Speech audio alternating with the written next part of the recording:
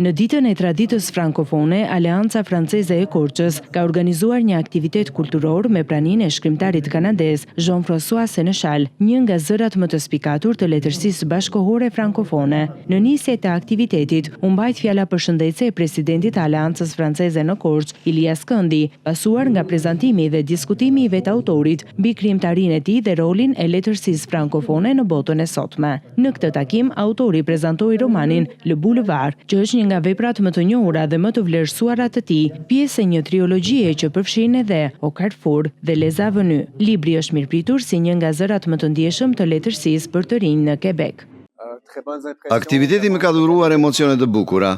Historia që trajtoi në libër nuk është reale, por trajton një çështje shumë të ndjeshme, duke qenë se në qendër të saj qëndron një djalë me aftësi ndryshe, i cili braktiset nga nëna në moshën 18 vjeçare, e ati duhet të përballet i vetëm me çdo sfidë të jetës.